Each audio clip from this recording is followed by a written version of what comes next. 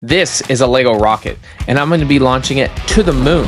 How am I going to do that? Let's find out. I'm going to walk through the full building process, modifications, and a launch sequence, and you'll get to see the final result and see how far we get to the moon. Before we launch this Lego set into space, let's break it down a bit. This is set 10391, Over the Moon with Pharrell Williams. It's an 18+ set with 966 pieces. You'll get 715 insiders points and 2 minifigures. Each of the minifigures comes with a really cool titanium colored suit, and hi Bum Bum! And Aria's decided to join us, with printed details plus a space helmet with a gold colored visor that opens. And both minifigures, one is Pharrell Williams and the other is Helen Williams. Plus you get 59 other interchangeable characters' heads. The full model itself measures 29.5 inches high, 7.5 inches wide, and 7 inches in diameter. And that's probably a little bit smaller than my cat. But this also includes the base section. What we'll be launching today is the rocket section. The rocket section alone is built using 337 pieces. There's 2 wing-like structures and a tail fin, similar to what we'd see on an airplane or a space shuttle, which did make it to space, but it didn't make it to the moon, and that's what we're trying to do here. So in theory, by looking at the model, it might fly. However, it's not designed like any standard model rocket. The weights are going to be off, there's no real balance to it, there aren't 3 equally spaced fins, and the nose itself isn't as pointy as you'd want for optimal flight. But hey, if we can get it moving fast enough vertically, who knows, it might just make it all the way to the moon. Now for weight. This rocket, without modifications, which we're going to have to do so that we can fit the motor in it, the rocket motor we're using is an E12-6, which has a maximum lift weight of 16 ounces, or 1 pound. So we're well under that weight limit, and that's without the modifications, which is probably going to make it even lighter. Structure. We've been talking about how this model looks like a rocket, but we're not actually sure if it's going to fly that way. Now that we have the set, we need to go build it, so let's go do that. We're going to build this rocket as well as the full thing, and we'll do a little breakdown on the review, but this is what we're primarily going to be using, and I'm going to need to figure out what I need to change and how we're going to launch it. So let's go build it.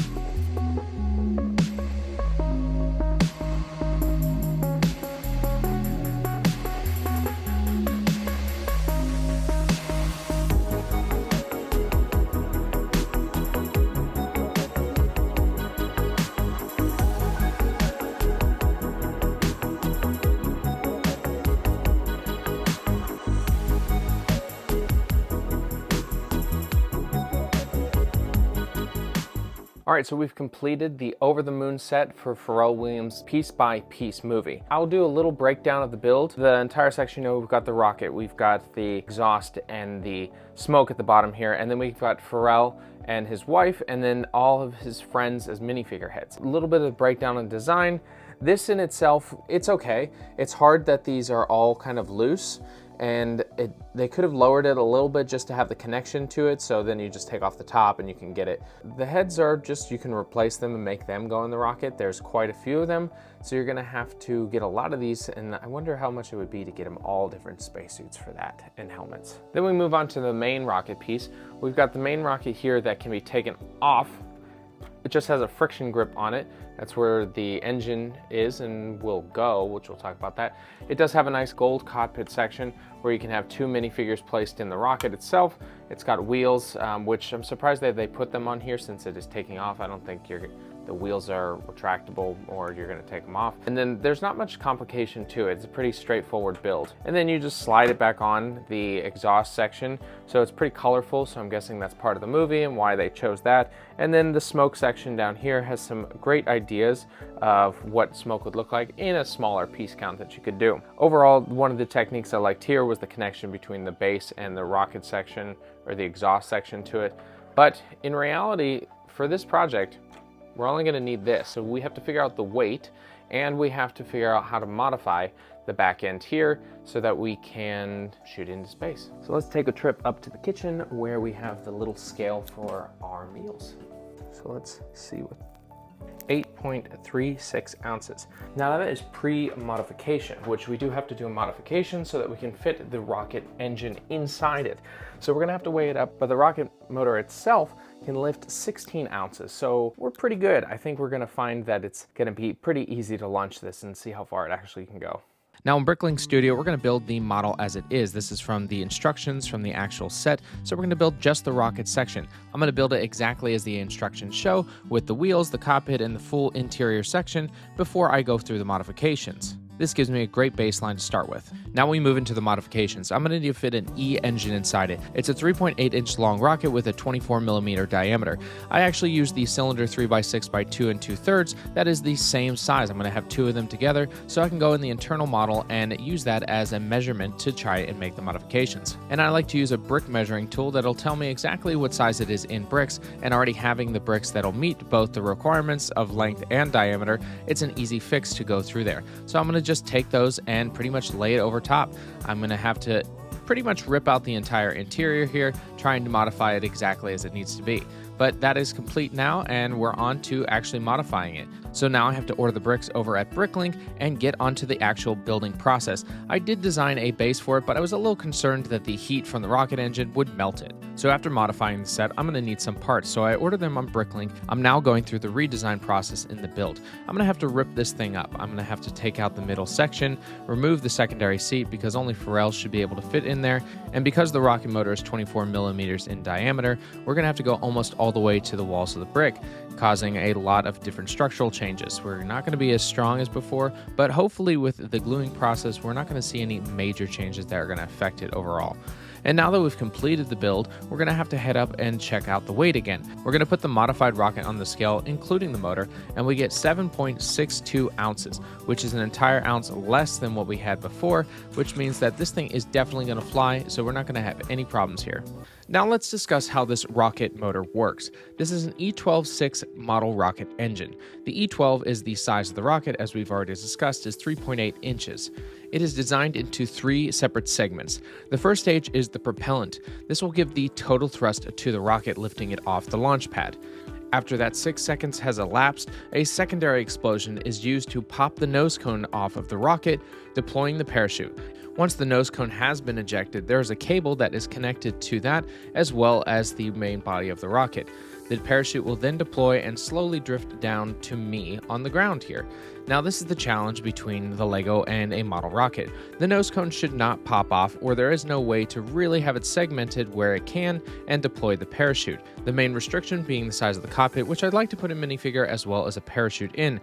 But I also don't want to lose the cockpit piece, as it's a very unique piece, so we're just going to have to see how it goes on launch day. After completing the modifications to the rocket and testing that the rocket motor does fit within that modified body, we're going to actually take the time to glue it up. Now, I'm not using super glue. What I'm using is called MEK, also known as methyl ethyl ketone.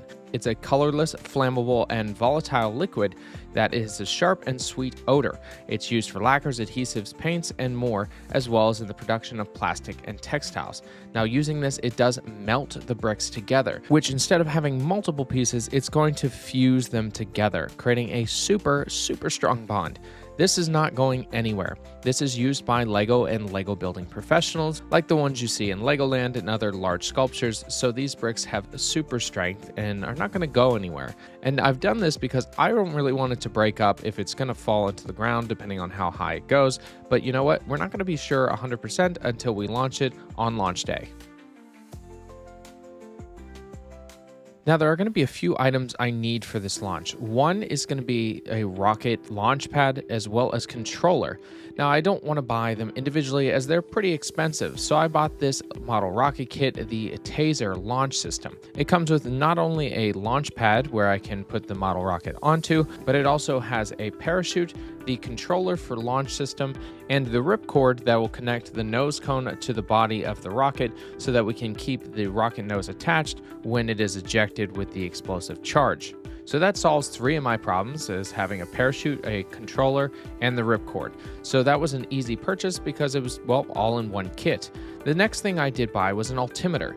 Now, the altimeter is a device that actually will measure the altitude. The best way I can describe it is once it's launched, there are sensors that can test the airflow against the rocket and tell you how high it has been launched into the atmosphere or altitude of that. Now, it's not the smallest, but it is the smallest that you can find on the market. So I'm going to have to figure out a way to either put it in the inside or the outside at some point. I've also purchased a secondary parachute just in case we need to have it, not only because of the weight, but because the other one might have burned up for some reason. And it was only $3, so there's no reason that I shouldn't have purchased it.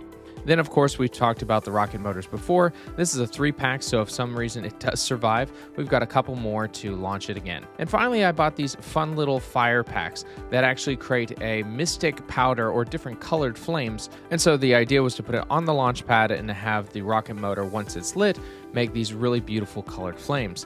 The only issue is we did not decide to do it based on the safety of it. Since it has different powders and we're not sure how the winds are going to be, we decided that we wouldn't use this during the launch. So with the modified rocket all glued up and all the essential components to make this into a model rocket launch, it's time to head out to the field and get this thing launching to the moon. Now, my wife and I live in a suburban area, so it's a little difficult to launch a rocket, but our families live in the country and they have large fields. So this seemed to be the ideal site to launch the rocket because then we'd be able to see it, and as it was coming down via the parachute, it would land in a field, so much easier to recover.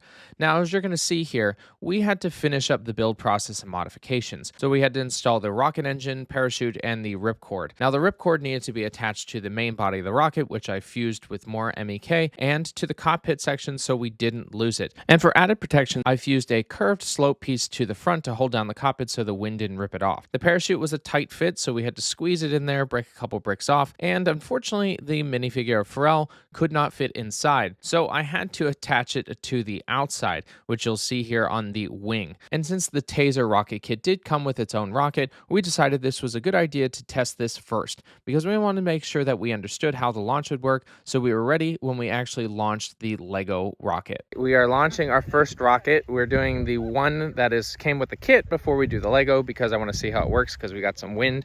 As you can see, the windsock here, it's going in that direction. Do not do this. I am not a professional, but I like to say, as a wise person said, I reject your reality and substitute my own. We're gonna figure it out. 2, 1.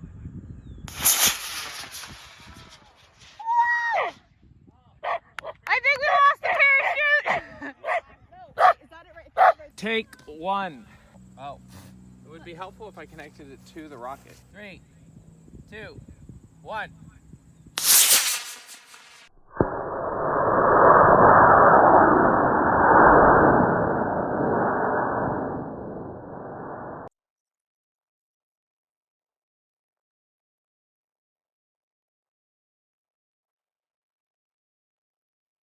First test went well.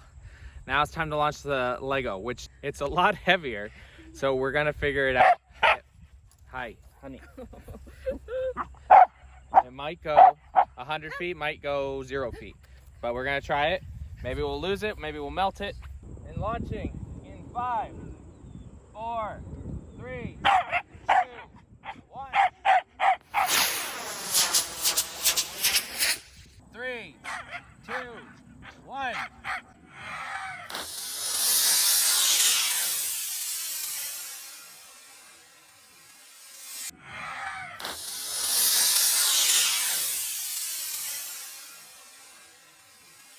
Three, 2, Oh, 1. is it Kaylin?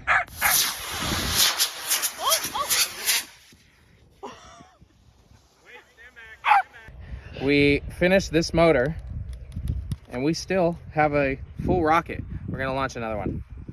We got one more motor. Ooh, that's hot. Yeah. Okay. All right, so first attempt went well. Now we have a third rocket piece, so we're gonna try it again. The launch pad worked well. We just have a little bit of wind, so we're just trying to figure that section out, and we're gonna launch. Launch pad's got some scorch marks to it. Rocket is live. Going slow-mo. Good image there. Slow-mo started. Okay. All right, launching in 5, 4, 3, 2, 1.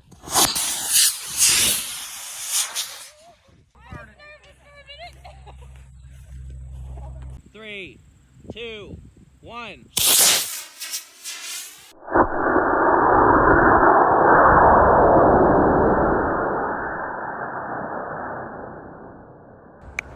Yay! Did you get on film that time too? Yeah. Nice. Well, it's still in one piece. A little smoke. I guess gluing it did help, but didn't get that high. But that's okay. All right, it's still together. Let's get another. With the air, like I don't care, baby, by the way. Because I'm happy. Now being back in the studio, let's break down what happened. Pharrell Williams stayed on, even his helmet, even with all that force, which is crazy to think about. But the cockpit did have some issues. But first we'll look at the engine section here. The engine actually had a lot of scorch marks, but the area was fine. We did have some backfire just based on the hull opening not being the most secure. And then we wanted to look at the cockpit. There was that little clip that held down the cockpit from the wind, and unfortunately it held it down even from the explosive. We did have one little scratch on the windshield here, but nothing major. Overall, it did well. Now as we open it up, the first piece that's going to come off is what was supposed to be the breakaway. And there's the ripcord. It burned up. That explosion definitely didn't force it off. It just kind of melted that whole section, so it would have exploded. Now the parachute did melt as well. As you can see, it is stuck inside this. I had to pull pretty hard to get it out. The ripcord did, burn off as well as most of the straps, so that would have been a total loss there.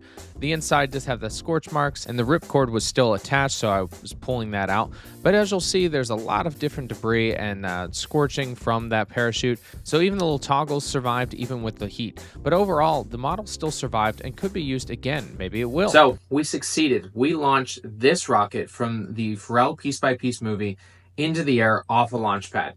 We didn't get how high because the altimeter didn't fit, but hey, that just means we have to figure out another way to build it and maybe put an altimeter in it. My creativity paid off. I took a Lego rocket, pieced it together, glued it, modified it, and fit a model rocket engine inside. Something that I didn't expect, but guess what? I wanted to try it, which means that, guess what? With your imagination, you may be able to try anything as well.